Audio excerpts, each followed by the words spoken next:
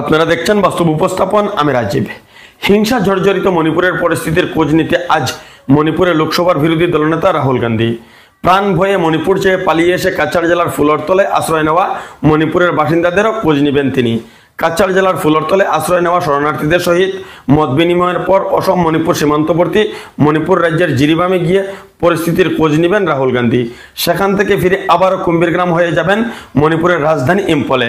কুম্ভীরগ্রাম বিমানবন্দরে উপস্থিত হয়ে নির্ধারিত সূচি সম্পন্ন করতে সড়ক পথে জিরিবামের উদ্দেশ্যে রওনা দেন বিরোধী দলনেতা। এদিন বিরোধী দলনেতা রাহুল গান্ধীর সফরের প্রাক মুহূর্তে সীমান্তবর্তী জেলা জিরিবামে গুলিচালনা ও অগ্নিকাণ্ডের ঘটনা সংঘটিত হয়েছে বলে জানা যায়। আজ সকালে দুষ্কৃতিকারী ও পুলিশের মধ্যে গুলিচালনার ঘটনা সংঘটিত হয়েছে বলে জানা যায়। পূর্ব নির্ধারিত সূচি অনুযায়ী মণিপুরের জিরিবাম জেলা পরিদর্শন করে মণিপুরের রাজধানী ইম্ফলে যাবেন রাহুল গান্ধী। বিরোধী দলনেতা রাহুল গান্ধীর জিরিবাম সফরকালে সীমান্তবর্তী জেলা পুনরায় উত্তপ্ত হয়ে ওঠার ঘটনায় সৃষ্টি হয়েছে চাঞ্চল্যের।